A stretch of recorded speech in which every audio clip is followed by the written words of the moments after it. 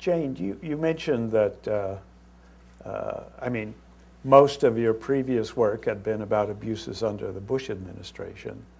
And Obama came to office with promises of transparency. But he's had more prosecutions of governmental whistleblowers, right, in his administration than any of his predecessors. He hasn't been able to close Guantanamo.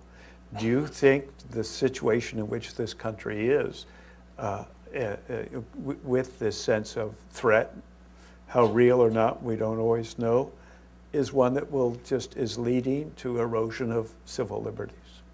Well, I worry that it is, because if an administration that is theoretically as different from the Bush administration sanctifies the same sorts of programs, I think it's going to be hard to get rid of some of these programs. You know, I think, so I worry a lot about it, and I think that what's happened over the last 10 years since 9/11 or whatever number of years is that the national security community has become so entrenched and so powerful in Washington, and it's a big business too in Washington. Mm-hmm. So it's very hard to push it back, and politically, it's hard to push it back in Congress too. I mean, some not closing Guantanamo is to some extent the fault of the amount of opposition that Obama got from even trying to do it. I mean, they did try, and they didn't get very far, and they then I don't think made it a priority. And you know, with the expansion of the drone program and these prosecutions of people who've spoken as critics of these programs to reporters, I mean, I think it's a big worry. So you know, but I don't see it as necessarily over. I mean, I think that, you know, there's a lot of turmoil in this, and it's kind of being there's pushback, but there's a big role for the press to play, I think, in exposing it. Mm-hmm. Chris, what do you think of the drone program, and what's the reactions to that when you're on the ground? And can you imagine yourself, I don't know, as you know, into the mind of a Pakistani who sees a drone come overhead? And in particular, how about the American fighting man? You documented some of the frustration they felt when they were receiving fire across the border from Pakistan. This was, I think, in October, long before that, not long before that major incident. What's it like on the ground on both sides?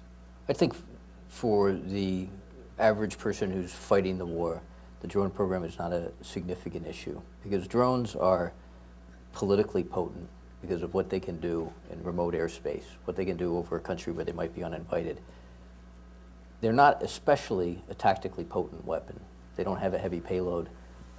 They're not necessarily going to be used to relieve troops under fire. And the typical infantry platoon is much more concerned about what's going on a few miles around it. And that's going to be inside of Afghanistan, unless they're a border unit. And so you don't hear a lot of discussion about the drone program when you're, you know, walking with the rank and file. It's a much larger issue when you get next to the border, though.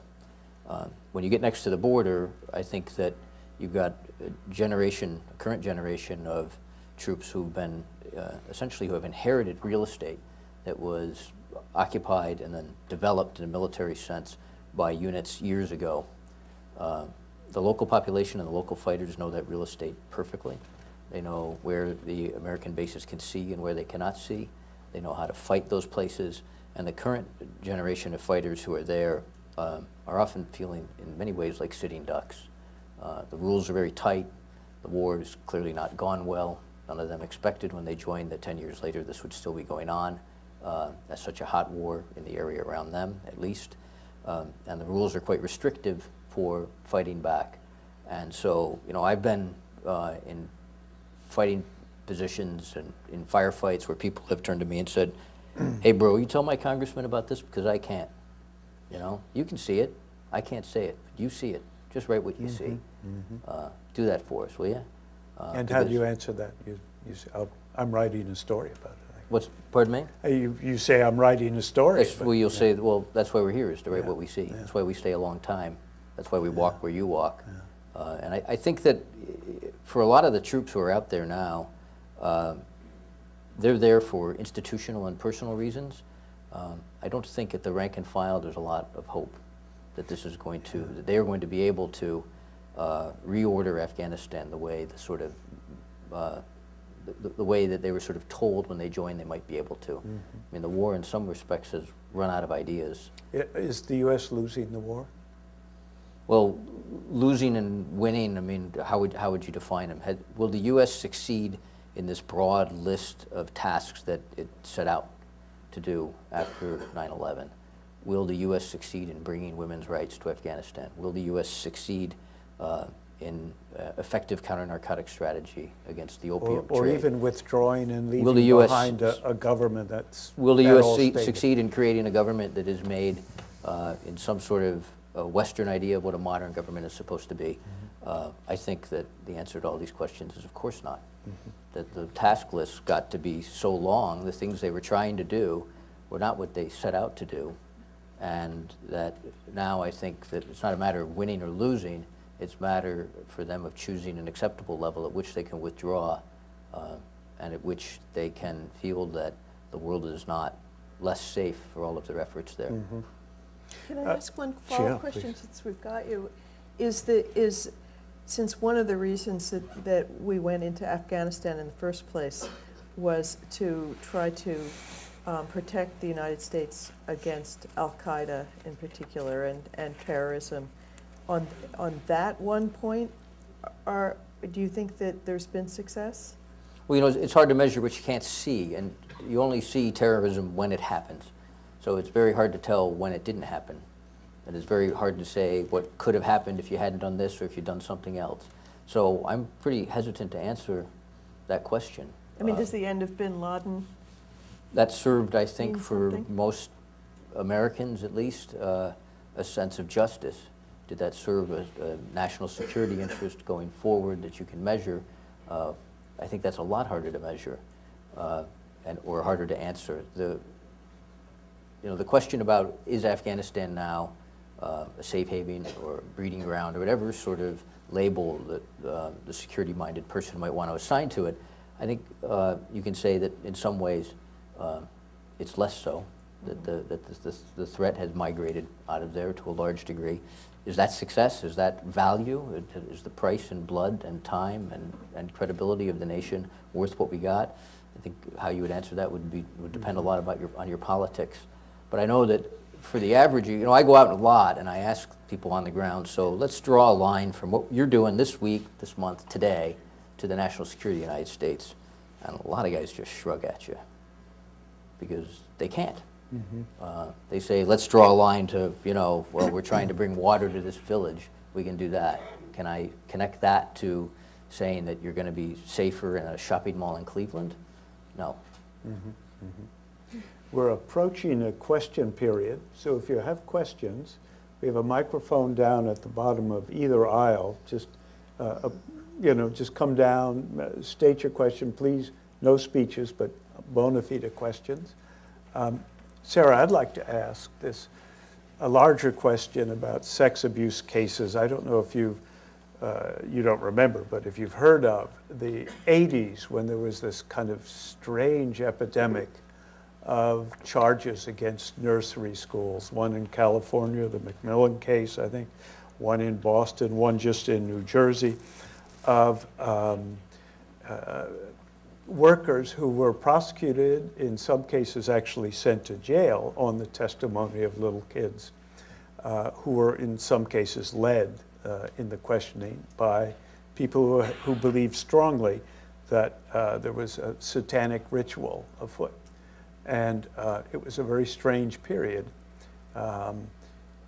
in kind of the history of American psychological epidemics. It's a very, very touchy issue, obviously. You've covered, I think, other sex abuse cases. What do you think is the best way to approach this as a problem? Do you think we should have websites with the names of sexual predators. How do you balance, how do you get at the truth of a case?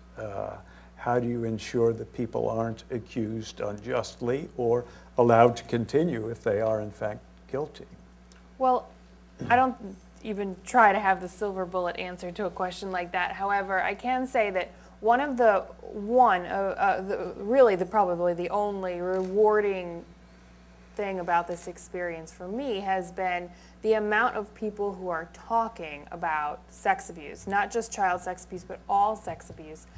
You know, I had very early after the charges were brought, the psychologist for one of the alleged victims said to me, you know, this boy, he was still 17 at the time, actually sees that what he did coming forward was a good thing because of the allegations that then, I believe it was the Citadel and then Syracuse and several other alleged victims of child sex abuse who were then adults were saying, you know what, because of these people, I'm going to tell my story too.